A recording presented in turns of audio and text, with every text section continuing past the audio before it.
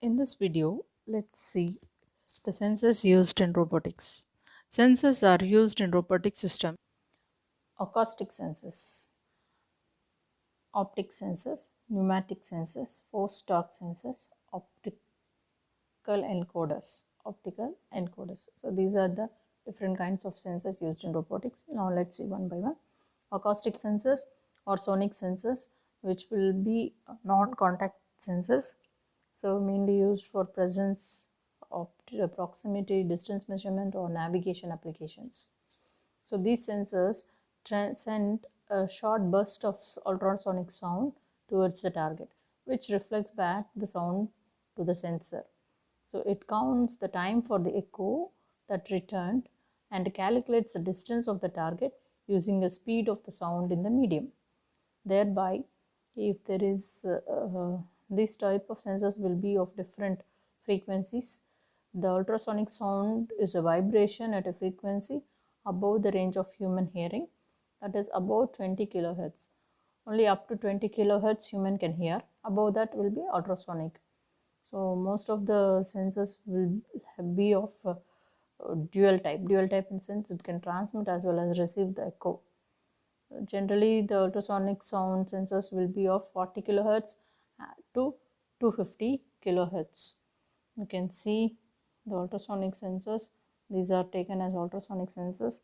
So, if there is a vibration, regular vibration, no irregularity. If there is a change in vibration, then we can see some irregularities present. Okay. Likewise, it detects the faults. And then acoustic sensors mainly used are silicon based ultrasonic sensors and acoustic wave sensors, which are used regularly. And now the new one entered the market, and which is called as MEMS here. MEMS means micro electromechanical system sensors that will be used to analyze the potential in a robot, thereby competitively priced. It is very costly and inherently rugged, very sensitive. We are talking about MEMS here. Intrinsically reliable and consistent in performance. These can be used for large variety of applications, just like presence, proximity, velocity, acceleration, force, torque, humidity, temperature, and so on.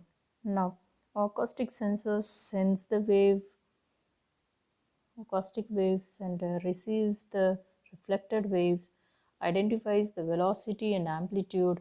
Likewise, it can measure frequency or phase characteristics of reflected wave. Thus, change in it will reflect to a fault. And the other way, using imaging also, we can use. It would be very useful for imaging and scene analysis also. Next one is optic sensor. Now let's see the optic sensor.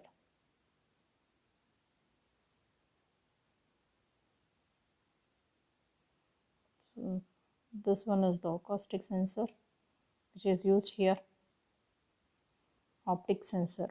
Optic sensor, as we already discussed, acoustic means sound based, optic means light based.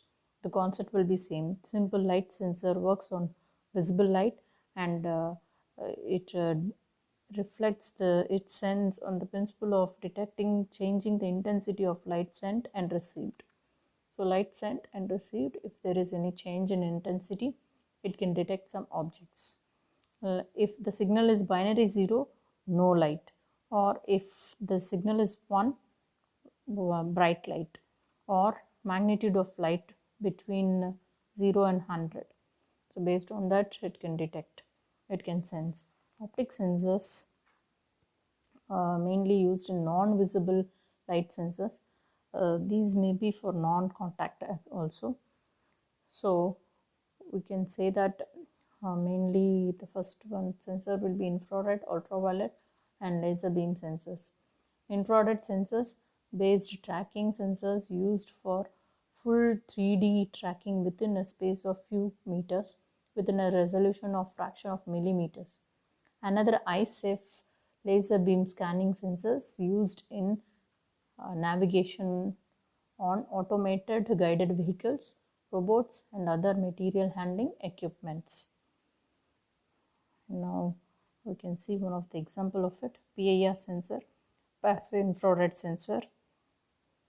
So using this picture 1 shows if the person is moving in the detecting zone, light glows, infrared glows.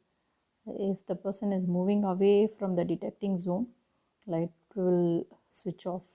The third picture depicts that, and in daylight it doesn't work. So in some foreign countries, or when where the old people are living, automated house system, automated housing systems, there we can see that when they are climbing on the steps, light will be glowing. When they are entering into the dark room, light will be glowing. If the person is not there, light switches off. In day it won't glow, so light will be off. So for physically handicapped people and all, it will be very useful. So this comes under optic sensor, one of the examples shown there. Now let's discuss about pneumatic sensor. Pneumatic sensors may be used for contact devices or contactless devices, for proximity sensors, touch sensors, or pressure or force sensors. Pneumatic sensors are useful in workpiece grasping, as they can provide accurate distance between fingers and workpiece, orientation of workpiece, finger closure signals, and so on. Pressure or vacuum sensor based are very sensitive for handling delicate and fragile objects. So suction type sensors will be there. Okay, so counter pressure based sensors are used in detecting or identifying the features such as edges, holes, shapes, etc., and detect the movement. So now some of the sensors used are micro switches, synchronous resolvers, and so on. Let's see few of them mentioned here. Proximity sensor. In the previous discussion we have learned proximity sensor. A small recap here. Inductive type, capacitive type, ultrasonic, optical. Again under optical, reflective, turn beam, through beam. Then under reflective, direct, retro-reflective, polarized reflective with reflectors. So we have discussed that this shows you a pressure sensor here. This image, the gray color one is the valve. In the first image, gray color one is the valve where it detects the pressure or vacuum, and it converts. Sensors are nothing but some kind of transducers which takes one kind of input, any kind of input, and converts that into electrical signals. So on the top here we can take it as the output. So in this second picture we have pressure adjustment sensors, oil level sensors, and return filter sensors and all used for a motor over here. Okay, the next one is force torque sensor. Force torque sensor is mounted on joints mainly, which should be very sensitive, and it should be very flexible, and makes the joints more flexible and contractory to rigid requirement of precision and accuracy, and causes a low loss of controllability of joints. So it is it estimates the joint torques and inertias without the use of force torque. It is possible for us to estimate the torque and inertia without the use of force torque sensors. But these algorithms will be very complicated and all, and very difficult for us to pass through the propagated errors and all. So this can be replaced by using the force torque sensors. Force torque sensors is an interaction between robotic end effectors and the joints, and the environment that generates force torque must be controlled to preserve the integrity of tasks being performed. So for measuring these interactions, force sensors are mounted between the wrist and end effectors such that it may be called as wrist force torque sensors, in short WFTS. So these sensors, we can see it here.